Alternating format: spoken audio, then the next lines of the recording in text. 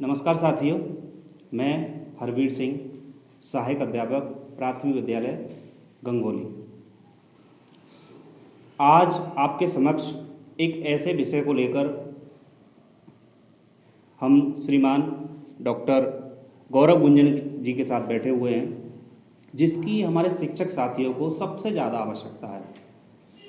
हम आज बात करेंगे शिक्षक डायरी और शिक्षण योजना के बारे में। अक्सर आपने भी ये महसूस किया होगा कि हमारे विद्यालय में कभी भी कोई अधिकारी आते हैं, जैसे बीएसए सर आते हैं या फिर कोई डाइट मेंटर आते हैं या फिर एसआरजी आते हैं या एआरपी आते हैं, तो वो भी उनकी प्राथमिकता ये रहती है कि शिक्षक विद्यालय में किस तरह से बच्चों को पढ़ाई करा रहे हैं, तो उसकी क्या योजना है, उनकी शिक्षक डायरी उन्होंने कैसे बनाई हुई है। तो उसके विषय में आज हम सर से चर्चा करेंगे। सर हमें उन बिंदुओं के बारे में बताएंगे कि किस तरह से हमें शिक्षक डायरी को मेंटेन रखना है और शिक्षण योजना को कैसे बनाना है। बहुत बहुत स्वागत है सर आपका। Thank you. आज के इस कार्यक्रम में, और आप हमारे साथ जुड़े, आए, हमारे साथ अपना बहुमूल्य समय हमें दिया, उसके लिए बहुत बहुत धन्यवाद आपका। सर डाइट हाथरस में प्रवक्ता के पद पर कार्यरत हैं और मुरसान ब्लॉक के मेंटर भी हैं। तो सर मैं सबसे पहले आपसे ये जानना चाहूँगा कि शिक्षक डायरी की आवश्यकता हमें क्यों पड़ी। देखिए, शिक्षक डायरी ना कोई एक नया कंसेप्ट नहीं है। शिक्षक डायरी तो जब से हम टीचिंग करते आ रहे हैं बेसिक में या बड़े और क्लासेस में, शिक्षक डायरी तो मेंटेन करते ही थे। अभी क्या किया है सरकार की जो योजना है ना, प्रेरणा, मिशन प्रेरणा, उसकी जो लक्ष्य हैं कुछ निर्धारित कर दिए हैं कक्षावार, विषयवार। तो उन लक्ष्यों तक जल्द से जल्द, मार्च 22 का टारगेट है, उसको कैसे अचीव करें, उसके लिए एक शिक्षक डायरी को उन्होंने एक नए कलेवर में प्रस्तुत किया है। पहले भी सभी हमारे अध्यापक साथी टीचर्स डायरी बनाते थे, कई बार उसमें वो मेंटेन नहीं होता था कि रेगुलरिटी नहीं रह पाती थी, और जो सुपरविज़न होता था तो वो उतना आनंददायक और उतना सपोर्टिव नहीं हो पाता था। तो जो मिशन प्रेरणा है उसका उद्देश्य को प्राप्त करने के लिए ये टीचर्स डायरी को एक प्रिंटेड कलेवर के रूप में प्रस्तुत किया जा रहा है। इसका मतलब ये है कि सभी शिक्षकों को ये प्रिंटेड फॉर्म में मिलेगा? बिल्कुल बिल्कुल सही, बिल्कुल बहुत अच्छा सवाल है आपका। ये सरकार की तरफ से फ्री ऑफ कॉस्ट जितने भी अध्यापक बंधु हैं उनको प्रोवाइड किया जाएगा। अच्छा, इसमें है क्या, जैसे पहले आप कुछ छोटा सा डिटेल देते थे अपना, अब इसमें जो मुख्य पृष्ठ है उसमें बहुत सारे डिटेल्स लिए हैं आपसे। आपका नाम होगा, आपका मानव संपदा यूनिक कोड है, आपकी फ़ोटो भी लगेगी वहाँ, आपकी एजुकेशनल क्वालिफिकेशन क्या है, आपका फ़ोन नंबर क्या है, आपका ईमेल आईडी क्या है, ब्लड ग्रुप क्या है। बहुत सारी ऐसी बातें हैं जो हम नॉर्मल डायरी बनाते थे जब, उसमें हम मेंशन नहीं करते थे। तो इससे आप कभी भी हमारे विद्यालय में आएंगे जी, तो आप आसानी से पहला पेज देख के ये पता कर पाएंगे कि हमारी हॉबी क्या है, हम किस विषय में ज़्यादा रुचि रखते हैं। बिल्कुल, तो ये तो सर बहुत अच्छी पहल है। हाँ बिल्कुल, ये जो हॉबी वाला कंसेप्ट है ना, इससे पहले हम बनाते थे जब हम एक रजिस्टर पे, ना कुछ हम हॉबी लिखते थे, ना क्वालिफिकेशंस लिखते थे, कितना हमको समय हो गया इस विद्यालय में, तो ये सारी वहाँ उसमें अंकित करना है मुख्य पृष्ठ पे। और इवन हम अपनी फ़ोटो भी कभी नहीं लगाते थे। तो ये एक बड़ा अच्छा कंसेप्ट है, बड़ा इनोवेटिव कंसेप्ट है, और मैं इसके लिए राज्य सरकार को और जो हमारे माननीय शिक्षा मंत्री जी हैं और सीएम साहब हैं, डीजी साहब, सबको धन्यवाद ज्ञापित करता हूं कि एक नया कंसेप्ट और मिशन प्रेरणा को सफल बनाने के लिए वो प्रिंटेड फॉर्म में लाए हैं। अच्छा, शिक्षक डायरी है क्या? बेसिकली आपका तो डेटा है वो एक मुख्य पृष्ठ है, बाकी ये सब डील करें लेसन प्लानिंग के लिए, क्योंकि जो पाठ योजना है ना वो बहुत इंपॉर्टेंट है। टीचर आप बन गए हैं, मगर इफेक्टिव टीचर बनने के लिए आपको एक इफेक्टिव पाठ योजना के साथ कक्षा में प्रस्तुत होना पड़ेगा। और जब तक आपकी प्लानिंग अच्छी नहीं है तो आप बच्चों को जो आउटकम्स आपने सोचे हैं वो कैसे प्राप्त कराएंगे, और जब तक लर्निंग आउटकम्स प्राप्त नहीं होंगे तो क्या आपका विद्यालय प्रेरक विद्यालय बन जाएगा, क्या आपका ब्लॉक प्रेरक बनेगा? पॉसिबल नहीं है। तो वो सब चीज़ें हम एक निश्चित समय में प्राप्त कर लें तो लेसन प्लान क्या है, डायरेक्शन देता है। उसकी वजह से जो अध्यापक का जो अधिगम जो प्रोवाइड करना है बच्चे को, जो सिखाना है, वो एक सिस्टमैटिक तरीके से होती है। क्योंकि लेसन प्लान में हम करते क्या है, कुछ मेन जो की पॉइंट्स हैं वो वहाँ पर एक्सप्लेन करने हैं, कौन कौन सी एक्टिविटीज़ हम इन्वॉल्व कर सकते हैं वो भी लेसन प्लान का हिस्सा होता है, क्या क्या हम TLM यूज़ कर सकते हैं, वो भी लेसन प्लान का हिस्सा है।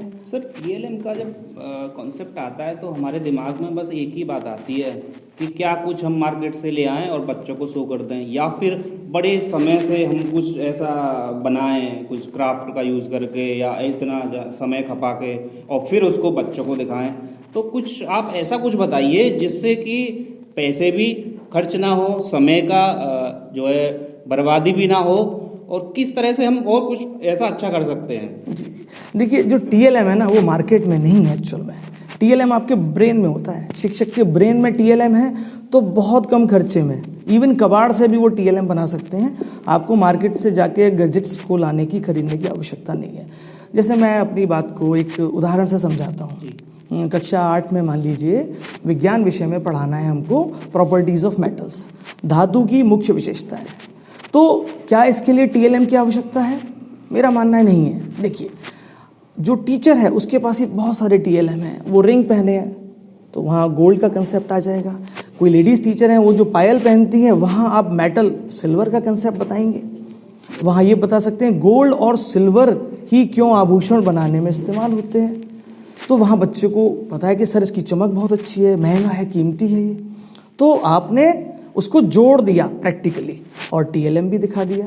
क्या उसके लिए बाजार जाने की आवश्यकता है? नहीं। अब जिस रूम में बच्चा बैठा है, क्लासरूम इज द TLM, तो उसमें जो दरवाज़ा है, जो चौखट लगी, किसकी बनी है? लोहे की बनी है। तो वहाँ आपने आयरन का कंसेप्ट दे दिया। अब आपको आयरन तक सीमित नहीं रहना है, आयरन का उसका सिंबल भी बता दीजिए कि Fe होता है, फेरम से बना है। तो जितनी अच्छी लेसन प्लानिंग होगी ना, उतने आप इफेक्टिव टीचर होगे। इसका मतलब ये है कि हमने अपने विषय को परिवेश से जोड़ दिया। बिल्कुल। और मिशन प्रेरणा का जो लक्ष्य है, इससे तो बहुत आसान हो जाएगा। बिल्कुल, मेरा मानना है देखिए जो टीचर है उसको ना संसाधनों का बंधुआ नहीं होना चाहिए। वो खुद संसाधन क्रिएट करता है, कबाड़ में से भी जुगाड़ कर सकते हैं आप।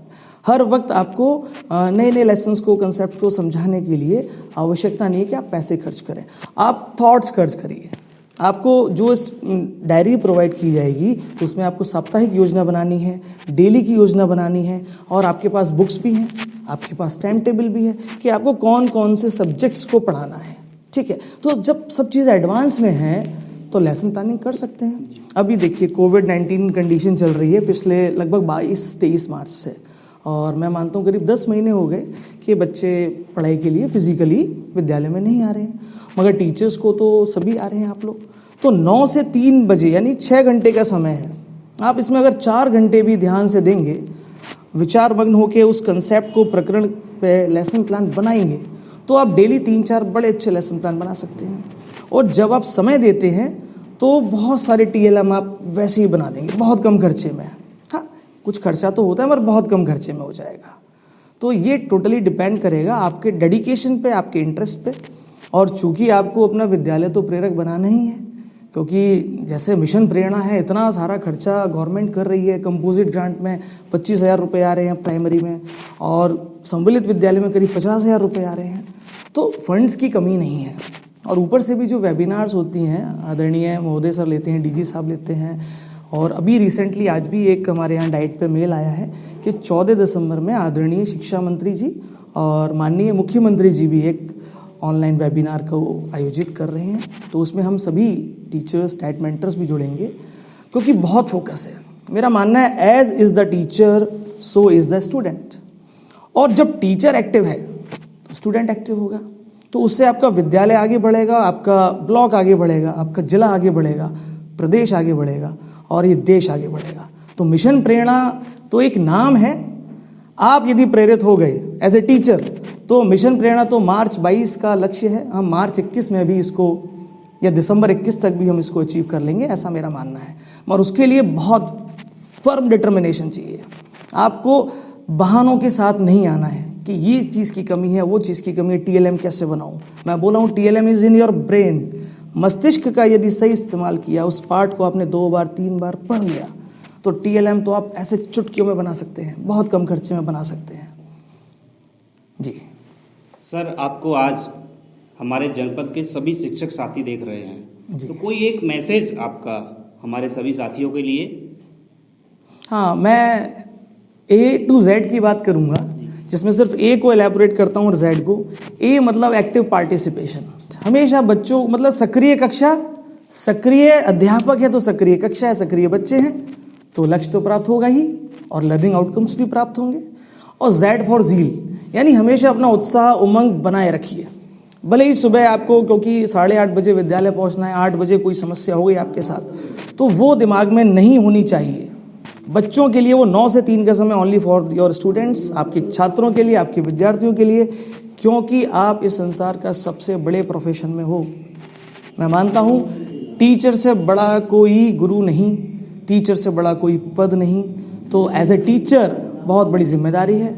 आप इस नेशन की बैकबोन हो और आपको छात्रों को बहुत आगे तक ले जाना है। धन्यवाद। बहुत बहुत धन्यवाद सर आपका। आज आप हमारे साथ जुड़े और एक ऐसे विषय को लेकर आपने अपने विचार प्रस्तुत किए जिसकी हमारे शिक्षक साथियों को सबसे ज़्यादा आवश्यकता थी। निश्चित ही इससे सभी साथी लाभान्वित हुए होंगे और होते रहेंगे। आगे भी आपका मार्गदर्शन, आपका सानिध्य हमारे जनपद के सभी शिक्षकों को मिलता रहेगा, ऐसी मैं आपसे आशा करता हूं। बिल्कुल, आप इस बात के लिए आशावान रहिए। मैं समस्त डाइट प्रवक्ता, डाइट हाथरस और जो बीएसए कार्यालय के तत्वाधान में ये जो आप कार्यक्रम आयोजित कर रहे हैं, जब जब हमारी या हमारे डाइट से जो भी आवश्यकता होगी, आपका पूरा मार्गदर्शन, आपका पूरा सहयोग किया जाएगा। और जब भी आपको आवश्यकता हो, आप खुले मन से हमसे चर्चा करिए। हम सदैव शिक्षा के क्षेत्र में और हाथरस जनपद को आगे ले जाने में अपना महत्वपूर्ण योगदान देने के लिए तत्पर रहेंगे। और पूरी टीम को मैं बहुत तहे दिल से आशीर्वाद भी देता हूं और उनको ये बात भी कहना चाहता हूं कि आप इस काम के लिए अग्रणी हैं पूरे प्रदेश में। तो इस उमंग को, जोश को बनाए रखिए और इसी तरह से अच्छे से प्रयास करिए। जो भी हमारे से आपको हेल्प चाहिए हमेशा सदैव मिलेगा। एक बात मैं और अपने जो वक्तव्य है उसमें जोड़ना चाहूँगा, हमारे हाथरस में टैलेंट की कमी नहीं है, टीचर्स में बहुत टैलेंट है।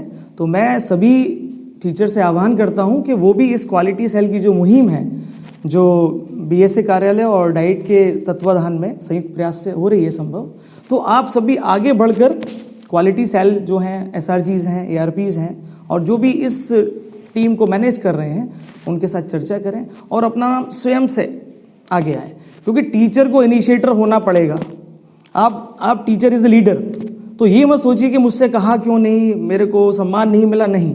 आप खुद इनिशिएट करिए, अपना नाम प्रस्तुत करिए और तैयारी के साथ इसी तरह के सेशंस में अपना प्रतिभाग करिए। कई बार आप सामने से भी हेल्प करते हैं, कई बार बहुत सारी चीज़ें होती हैं आप साइड से भी हेल्प करते हैं। तो इस मुहिम में आप जुड़िए, मेरा आप सभी से आह्वान है। इस मुहिम को सफल बनाइए और सबसे पहले हाथरस को प्रेरक प्रदेश बनाने में अपना योगदान दीजिए। धन्यवाद। बहुत बहुत धन्यवाद सर आपका। Thank you.